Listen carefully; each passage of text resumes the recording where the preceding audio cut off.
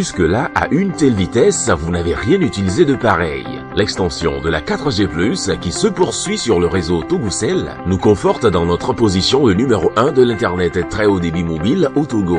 Ainsi, nous assurons d'ores et déjà la couverture 4G+, dans les villes de Lomé jusqu'à Neho, Anfoin, Vaughan, Haotoué, Kévier, Agou Nyombo, Palimé, Afagnan, Kouvé, Agou, Kévé, Tabligo, Asaon, Ahepe, Hihiatro, Dacha, Adjengere, Paratao, Blita, Sotuboa, Darkbanga, Chamba, Sokode, Bafilo, Kabou, Bassar, Kara, Ketao, Pagoda, Niamtougou, Defale, Mango, Gando, Tanzouare, Nassable, Dapaon, Mandouri, Timbu, Saint-Cassé et les axes Lomé-Thiévier, Lomé-Anéhor. Les autres villes du pays sont en cours de déploiement. Soyez désormais dans la 4G+, avec le numéro 1 de l'Internet mobile au Togo. Togocel, le leader.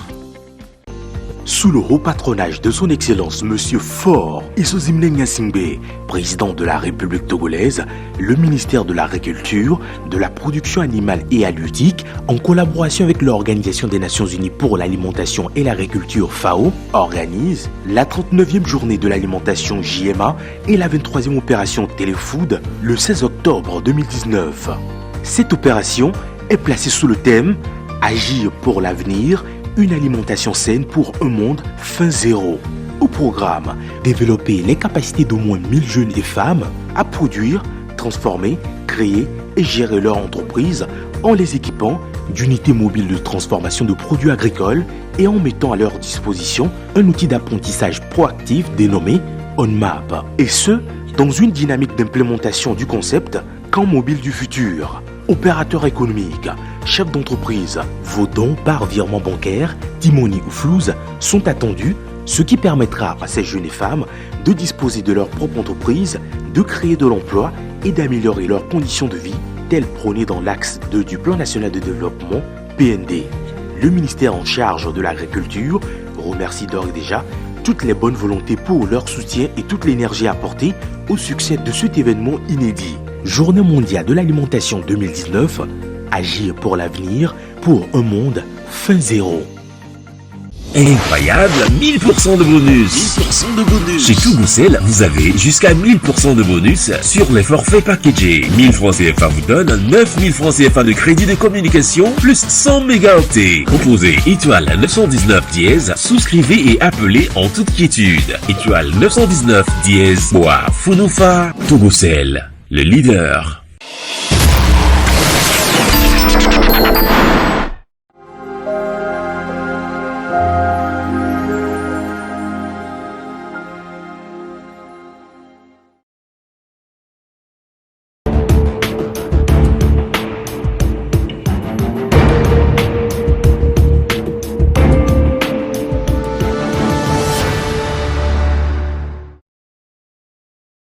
Non, tu sais.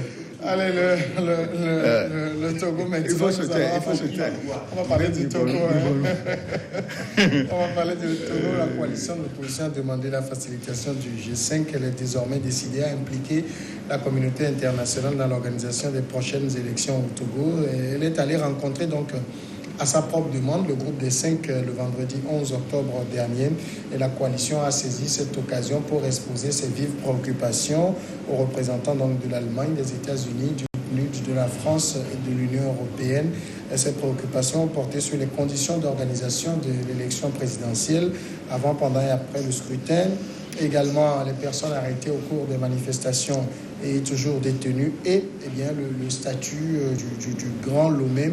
Et elle a demandé donc au groupe des 5 de jouer un rôle de facilitateur pour aider le Togo à se libérer, je les cite, de la dictature dans le pays.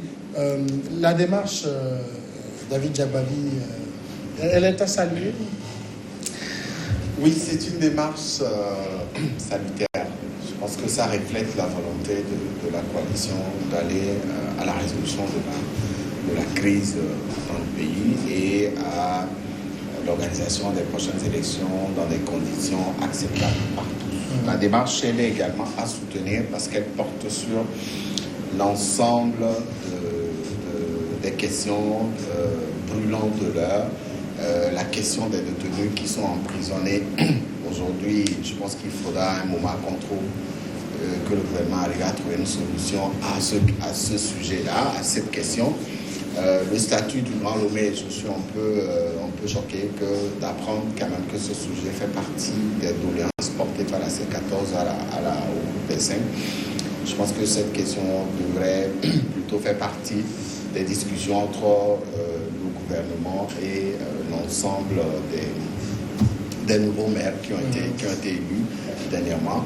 Et cette démarche est aussi à soutenir parce que elle fait partie des aspirations profondes d'une partie des Togolais qui ne se retrouvent pas aujourd'hui dans la gestion qui est faite de la chose publique et qui demandent que des conditions beaucoup plus ouvertes soient proposées pour les prochaines élections. Maintenant, est-ce que le G5 est la cible ou est-ce qu'elle est l'oreille attentive qui puisse véritablement aller dans la résolution de ce problème? L'idéal a été qu'ils ont été reçus, ils ont été écoutés et le G5, ce n'est pas la première fois qu'il est sollicité pour intervenir. Par moment, cette coalition, ce regroupement des 5 a plusieurs fois intervenu sur des questions politiques qui divisent la classe politique. Et je pense qu'une oreille attentive a été accordée à cette démarche et on verra ce qu'il en sera à quelques mois des prochaines élections. Mais sans surtout, demander une facilitation du G5, ça signifie quoi? Demander une facilitation de la G5, c'est-à-dire demander à ces 5 pays d'intervenir auprès du gouvernement togolais sur les conditions des élections, sur la loi sur les manifestations 2019-06 du 26 juin 2019 relative à la décentralisation et sur les prisonniers. Ouais. Comme l'a dit Diakbavi, c'est une bonne démarche, mais il appartient au gouvernement légal et légitime d'organiser les élections. Et ces discussions, c'est une bonne chose. De deux, sur les prisonniers politiques, il est de bon ton que des signes encourageants ont été montrés par le gouvernement en place. Et aujourd'hui, il serait question que le gouvernement mette plus de volonté pour que ces prisonniers soient libérés. Quant à ce qui concerne le problème de Grand Lomé, la loi dont j'ai fait référence tout à l'heure comporte toutes les dispositions de Grand Lomé, qu'on appelle, qui regroupe les 13 communes, les 7 du Golfe et les 6 d'Aguanivé. Il y a toutes les dispositions écrites noir sur blanc. Et comme on a fait la passation aujourd'hui à la préfecture du Golfe, le représentant du ministre, le directeur de cabinet, M. Robert Pakaï, à l'endroit des maires de ces 13 communes, l'a bien dit qu'il faut respecter l'esprit des lois et de les comprendre et de bien les appliquer. Donc, je peux dire aujourd'hui que cette loi sera celle-là qui va guider les maires dans l'exercice de leurs fonctions. Marc Aboufan, la facilitation, c'est-à-dire travailler à ouvrir de nouvelles discussions avec le pouvoir, c'est ça? Oui, je pense que l'opposition est dans cette logique aujourd'hui. Je pense que si je parle la coalition des 14, qui est la première à demander cette facilitation au nouveau dialogue. Déjà, il y a quelques semaines, on a eu vent de ce courrier du président de l'Alliance nationale du changement à l'endroit du chef de l'État. Nous savons tous que la coalition a récemment été reçue par le chef de l'État un peu avant les élections locales. Donc je ne comprends pas pourquoi cette préoccupation, ou en tout cas ce besoin d'ouvrir un nouveau dialogue n'a pas été soulevé à l'endroit du chef de l'État. Dans les revendications traditionnelles de la coalition des 14, je constate avec peut-être un brin d'étonnement que le statut de la ville de Lomé vient s'ajouter à cette question-là. Il y a beaucoup d'erreurs que la C14 elle-même a fait par le passé. Et ce sont ces erreurs-là, justement, qu'elle paye à travers sa sous-représentation dans un certain nombre d'entités politiques, sa sous-représentation également dans la mairie. Donc, je pense que le statut de Lomé est discutable, d'autant plus que c'est quand même assez exceptionnel, ce statut-là qui a été installé pour la ville de Lomé. Mais j'attends de voir la réaction, justement, de la du groupe G5 qui a été appelé à la facilitation, parce qu'au sortir, justement, de cette audience de la C14, quand moi j'ai contacté les responsables de la G5 pour avoir leur avis, ils n'ont pas voulu réagir, estimant qu'il fallait leur donner un temps de concertation entre différents acteurs avant de réagir, parce que la G5, on se rappelle, le temps fort de la crise a fait un certain nombre d'interpellations qui n'ont pas été suivies par la classe de l'opposition.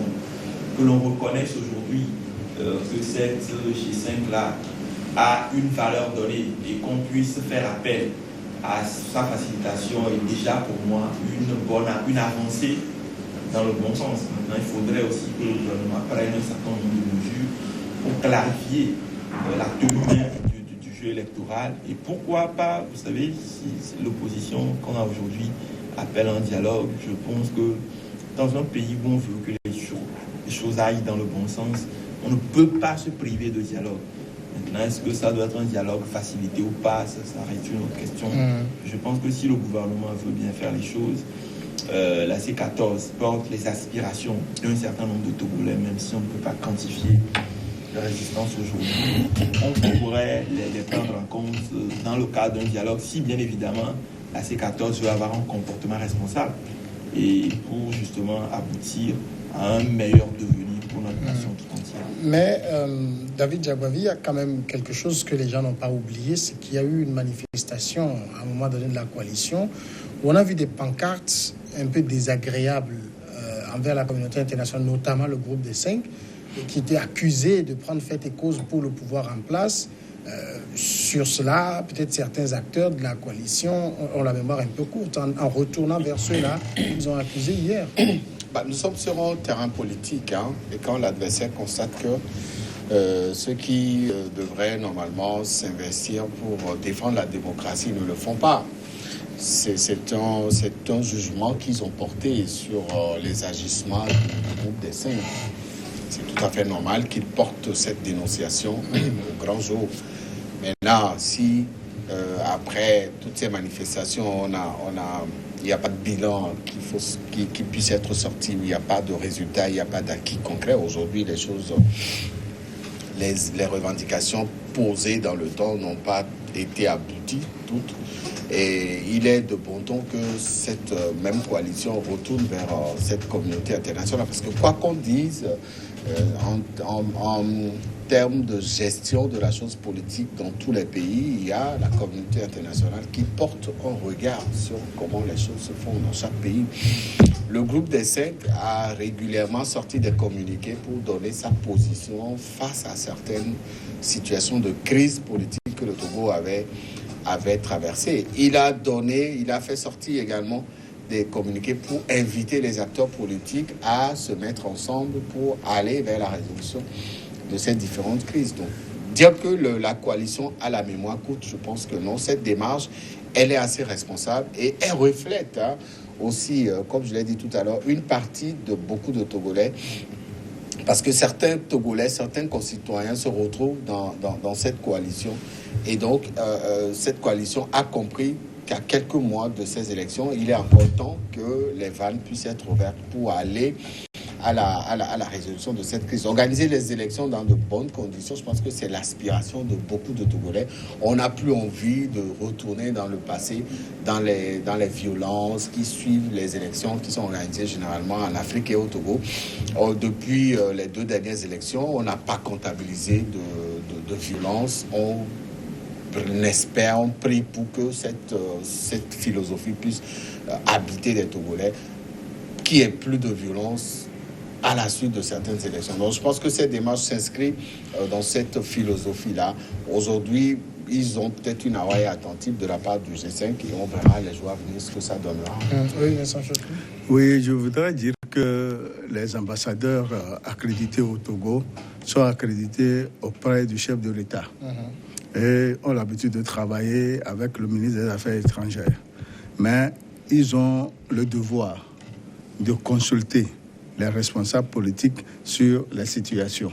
Ils ont aussi la possibilité de discuter avec l'opposition sur les problèmes brûlants de l'heure. Raison pour laquelle ils ont l'habitude de pondre des communiqués. Au moment de la crise de 2018, la G5 a pondu des communiqués et a attiré l'attention de la C14 et sur l'opposition modérée, sur la manière dont les choses peuvent aller. Malheureusement, la G5 n'a pas été suivie et le résultat est là aujourd'hui. Je peux dire aujourd'hui que la situation qui fait courir la C14 et qui demande cette facilitation, c'est que de jour en jour, il y a des démissions. La C14 qu'on a connue aujourd'hui, je ne sais pas si le regroupement atteint 6 à la date d'aujourd'hui. 4 partis, 5 ou 6 partis. Ce qui veut dire que l'essence même de ce regroupement n'est plus la même chose. Et il apparaît très clair qu'elle se considère comme affaiblie. Donc elle veut du renfort au niveau de la G5.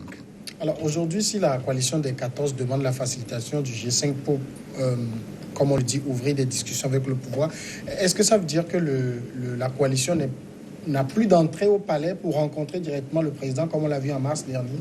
C'est la première question que je posais, que cette doléance aurait pu être faite immédiatement à la personne concernée qui se trouve être le chef de l'État. Maintenant, il y a un ou deux aspects. D'abord sur l'aspect mobilisation de la C14. La C14 que nous connaissons aujourd'hui se résume à 3 ou 4 partis qui, franchement, ne représentent pas grand-chose sur l'échiquier politique. Ou même, je me risquerais même à dire rien sur l'échiquier politique. Quand vous prenez la C2PA de Madame Adjamagbo, c'est un parti qu'on peut conjuguer au passé. Si la C2PA au plus que parfait, non au passé. a connu des lettres de noblesse aujourd'hui, la C2PA est véritablement une coquille vide. Si vous prenez les FDR de Maître Pévon, c'est un parti qui prendra à peine ses marques, à prendre ses marques. Nous savons que l'UDS et je pense le DSA, c'est des partis qu'on peut résumer à leurs responsables et peut-être à 1 ou 2 autres militants. Donc, à mon avis, les démocrates. Oui, les démocrates, les démocrates, DSA, UDS, c'est le même regroupement, c'est un parti du président et de quelques militants. La preuve, nous avons vu la dernière fois la mobilisation monstre, si je peux ironiser ainsi, qu'il y a eu au dernier congrès des démocrates. C'est dire que ces partis aujourd'hui ne représentent rien. Et il y a un temps encore où, quand il y avait la mobilisation populaire derrière eux, la C14 pouvait estimer qu'elle avait une force et quand elle avait cette force-là, justement, elle n'a pas su la capitaliser. Elle en a profité justement pour, en tout cas, dénigrer un certain nombre de personnes qui auraient pu leur être d'un secours important. Maintenant qu'ils reviennent à la raison et qu'ils appellent à une facilitation du groupe des 5, je pense que les diplomates, eux, sont dans leur rôle de leur recevoir, quels que soient les coups passés qui leur ont été portés. Maintenant, il faudrait aussi savoir que ce qui se joue, c'est cette élection cruciale de 2020 où l'opposition sait qu'elle est en perte de vitesse, parce qu'il ne faut pas oublier les résultats des 2 dernières élections que nous avons connues et qui déjà nous donnent une certaine perspective de ce qu'on aura. Et puis, quand vous voyez sur le terrain, vous savez que le parti UNIR est la conquête de l'électorat depuis les dernières élections locales. Ils n'ont pas cessé de faire ce travail-là, mais côté opposition, on peine, ne serait-ce que pour mobiliser les militants avant de les envoyer sur le terrain. Donc, il y a tous ces enjeux-là aujourd'hui auxquels la C14 et l'opposition traditionnelle devraient faire face si elle ne veut pas se voir ravir la vedette par un certain nombre de jeunes partis qui sont naissants mais qui commencent par innover. Je veux indexer un parti comme Bâtir, par exemple, ou encore le mouvement Nouvelle Vision du docteur Obenton. Alors, la coalition, dans son communiqué à l'issue de la rencontre, a dit avoir noté une certaine attention de la part du G5. Bon, c'est une attention qui montre que le G5 va s'impliquer. Avant de répondre à la question, permettez que je réagisse un peu à une partie de la réaction de Mac, par exemple, lorsqu'il disait que les partis qui composent la C14 ne représentent rien aujourd'hui sur l'échiquier politique. Je pense que cette analyse, elle est trop vite faite, dans le sens où aujourd'hui cette coalition regroupe en tout cas un certain nombre de formations politiques de l'opposition qui est respecté par le pouvoir en place, par l'UNIA, et qui est considéré comme une entité politique qui est là pour s'opposer à la politique du parti UNIR au pouvoir aujourd'hui. Donc il y a il ne faut pas perdre de vue cela. Lorsqu'on parle d'opposition, ce n'est pas une seule entité, c'est un groupement. Et ce groupement aujourd'hui a sa voix qui porte et qui peut être aussi entendu à tout moment. David, les élus locaux, la C14 a eu combien de conseillers municipaux? Sur la question, 129, je crois. Non, sur la question, c'était la C14. sur la question des 2 dernières élections, on sait ce qui s'est passé. L'appel au boycott avait été une très grosse erreur. On l'avait tous dit. Moi, j'ai jamais compris que l'opposition réunie au sein de cette entité, la C14, ait accepté d'appeler ses militants à boycotter le recensement. C'est suicidaire. C'est suicidaire. Et c'est ce qui s'est passé. Aux dernières élections présidentielles, l'opposition était sortie à 35% de Togolais. C'est grand. Le parti uni respecte cette opposition pour cela, parce qu'il y a une partie des Togolais qui se retrouvent dans les 35%. La preuve, UNIR n'était pas élu à 100%. Le président de la République n'était pas élu à 5 ans quand même. Il y a d'autres éléments de mesure aujourd'hui. Oui, mais il y a eu 35% qui ont voté contre le chef de l'État. Ça veut dire que le chef de l'État se serait reconforté. 41%, parce que le président a eu 58,1%. Voilà, donc le chef de l'État faisait 41%. Il y a beaucoup d'abstention. Se serait reconforté s'il avait eu les 100%. Ça veut dire que nous ne sommes pas en Russie ici. Les 30% ou les 40% qui composent l'opposition. C'est une erreur de penser que ces 40% sont de la C14. Non, la preuve, non, je ne dis pas. Je parle d'opposition. Je parle de l'opposition. UNIR est sorti avec 52%, vous aviez dit. 58%. UNIR n'a pas eu 100%. Ça veut dire qu'il y a 38% de Togolais qui ne se sont pas retrouvés dans la politique. Ça aurait été réconfortant pour le chef de l'État d'avoir tous les Togolais autour de son programme. Okay? Et donc, ce qu'on sait, c'est que l'appel au boycott a été suicidaire. A été suicidaire pour l'opposition. Aujourd'hui, cette opposition a payé mais sur la cash. Question même de l'entité C14, j'attends toujours que tu démontres quel est le poids réel de cette entité. Non, les 4 qui restent. C'est pourquoi j'ai posé la question de savoir, ils ont eu combien de conseillers, la C14? Moi, je ne me fonde pas sur le nombre de conseillers ou de maires qu'ils sont. On sait qu'ils ont appelé au boycott et ça a pesé, ça s'est retourné contre eux. Moi, je parle de l'ensemble de cette coalition qui est composée de 5 formations politiques de l'opposition. Le seul fait de porter l'opposition, le seul fait de s'opposer à UNIR aujourd'hui constitue une véritable... Donc, ils s'opposent parce qu'il faut s'opposer. On ne pourrait pas donner un poids à une formation politique juste parce qu'ils s'opposent. Non, je pense que tu ne m'as pas compris. Je parle d'une entité. Oui. Quelle entité? Ces partis sont de l'opposition. Et ces partis sont craints par le pouvoir en place pour le respect de l'entité de l'opposition qu'ils représentent. Dans tous les pays au monde, je pense que même si votre opposition réunit un seul pour cent des citoyens de ce pays, je pense qu'il faut tous les pays dans lesquels cette réalité se retrouve, cette opposition est crainte et respectée. Pourquoi? Parce que à tout moment, ça peut basculer. On a vu un peu ce qui s'est passé dans ce pays. En 2017, on a vu le nombre de Togolais qui étaient sortis dehors.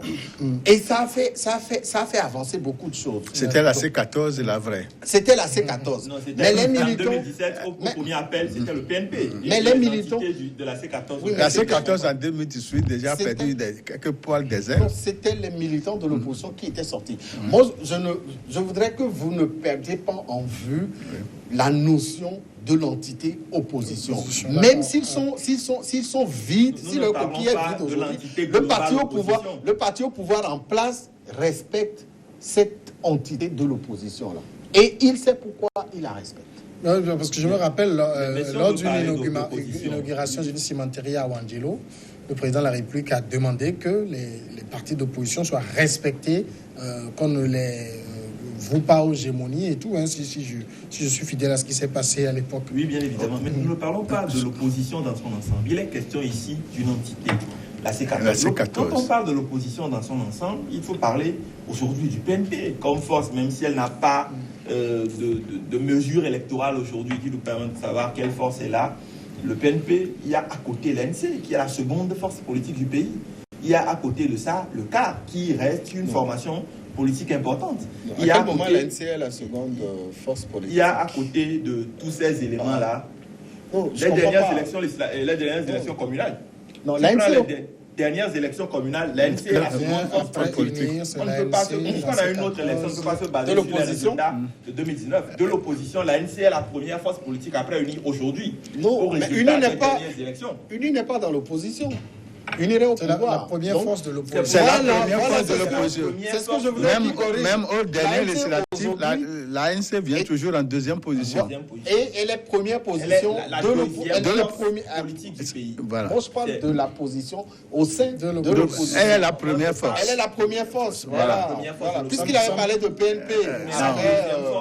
Le PNP n'a jamais participé à une élection. Moi, je passe sur la base. Ça me rappelle Jean Kissi qui disait qu'on ne va pas aux élections pour chercher le premier de l'opposition. Bien évidemment. Je vais quand même terminer mon analyse pour dire qu'au-delà de l'ANC, du PNP, du CAR, nous avons des partis aujourd'hui qui sont au Parlement. On peut leur reconnaître peut-être une certaine proximité avec les régimes, mais ce sont des partis de l'opposition qui sont comme tels et donc que le parti au pouvoir respecte comme tel et qui mobilisent de l'électorat. Il y a notamment l'UFC de Gilles Olympio, il y a un parti comme Bâtir. Et puis récemment, nous avons vu ce phénomène. Mais l'UFC aujourd'hui, elle a, je pense, derrière, en termes de parti, derrière l'ANC, l'UFC est le parti qui a le plus mobilisé de conseillers municipaux. Je ne connais pas le chiffre, mais je sais qu'après UNIR, il y a l'ANC. Si on doit faire le classement, il y a la différence ANC, UFC, la différence alors entre l'UFC et la CDP. La CDR n'a jamais eu de député. Considérer toute cette opposition est une chose, mais considérer la C14 en tant qu'entité partie prenante de cette opposition en est une autre.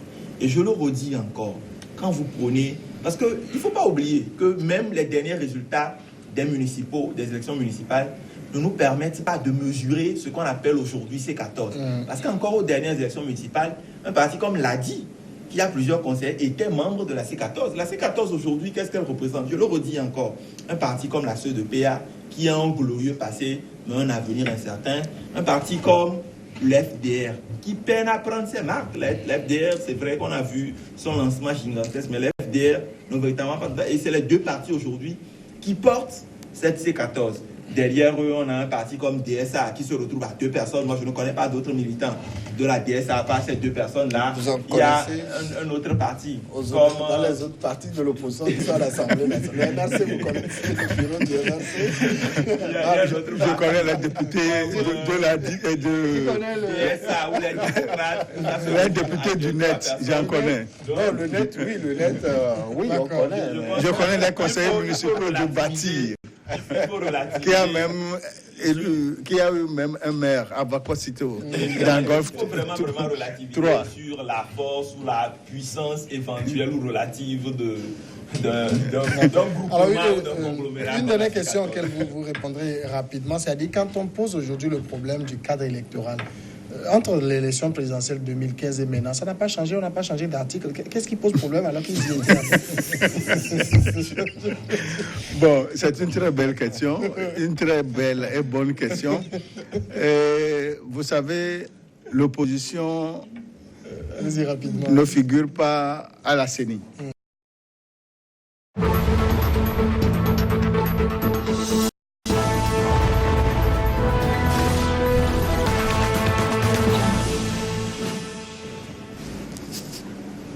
L'Union européenne salue le déroulement du processus électoral en Tunisie. Pour la mission d'observation à Tunis, les élections en Tunisie représentent une consolidation de la démocratie.